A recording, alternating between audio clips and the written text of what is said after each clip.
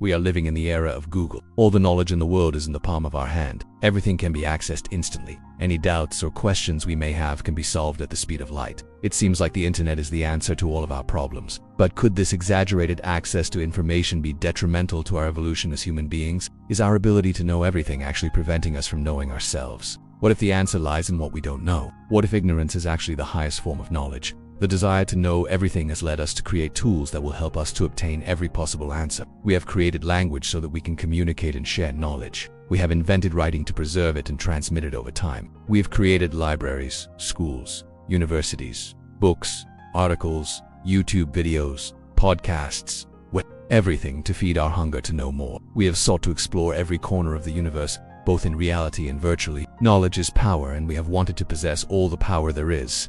We are obsessed with knowing everything. But is this obsession taking away from us our ability to think, to wonder, to dream? Have we taken away the mystery of life by wanting to dissect it completely? Does all the knowledge in the world bring us closer to understanding what life is about? Or maybe the answers are not out there.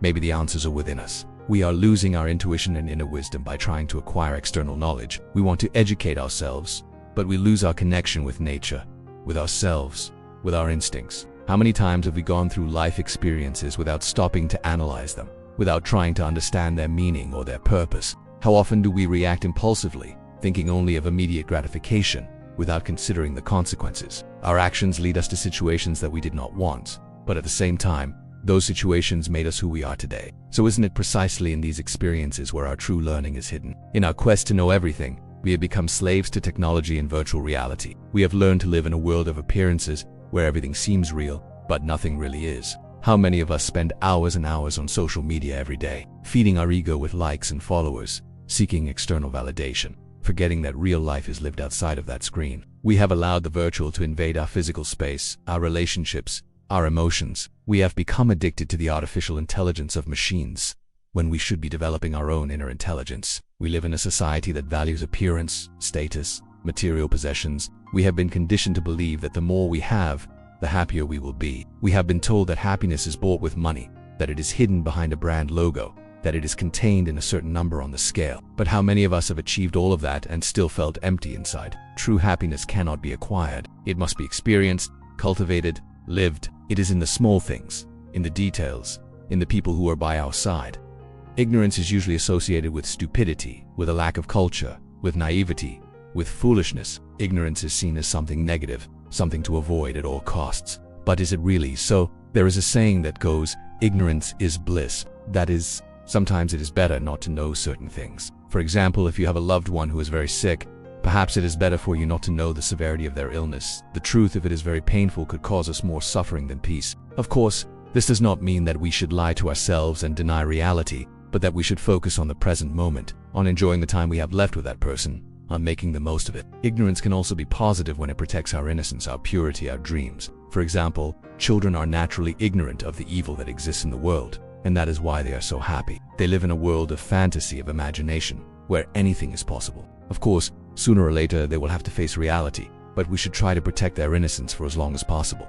Their ignorance is a blessing. On the other hand, there's a saying that goes, curiosity killed the cat. That is, sometimes our curiosity, our desire to know everything, can get us into trouble. For example, if you find a wild animal in the forest, it is probably best not to approach it, not to try to touch it or feed it, because it could be dangerous. Our curiosity, it could put us at risk. Of course, this does not mean that we should not be curious, but that we should know how to channel that curiosity, how to satisfy it in a safe and respectful way. What if instead of trying to know everything, we learn to appreciate what we don't know? What if we see ignorance not as something negative, but as a source of wonder, of humility, of openness? What if we learn to embrace the mystery of life, the unknown, the different? What if we realize that we will never know everything and that this is what makes us human? Our limitations, our doubts, our questions, our search for answers. When we try to know everything, we close ourselves off to the infinite possibilities that exist in life. We limit our potential, our creativity, our imagination. When we try to know everything,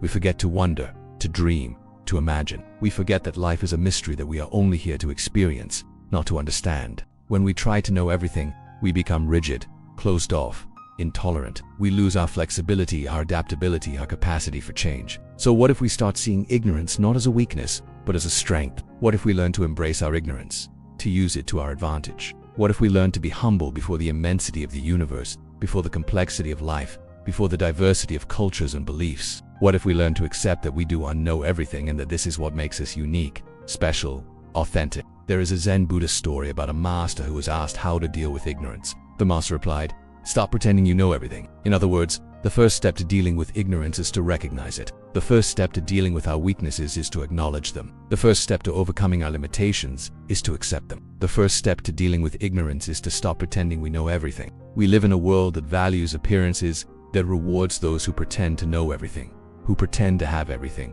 who pretend to be perfect. But this is a false world, a world of illusions. The only thing that matters is what we feel inside, our authenticity, our vulnerability, the only thing that matters is our capacity for love, for empathy, for compassion. If we learn to stop pretending we know everything, we will free ourselves from the burden of always having to be right, of always having to have the answer. We will free ourselves from the fear of being judged, of being criticized, of being rejected. We will free ourselves from the need to conform to the expectations of others. And in this freedom, we will find true happiness, true peace, true love. So let us learn to embrace our ignorance, to use it as a tool for growth, for transformation, for wisdom. Let us learn to be humble before the immensity of the universe, before the complexity of life, before the diversity of cultures and beliefs. Let us learn to accept that we do not know everything and that this is what makes us truly free. This video is an invitation to embrace your ignorance, to fall in love with questions, to walk lightly, without the weight of always having to be right, because in the end, the ones who allow themselves not to know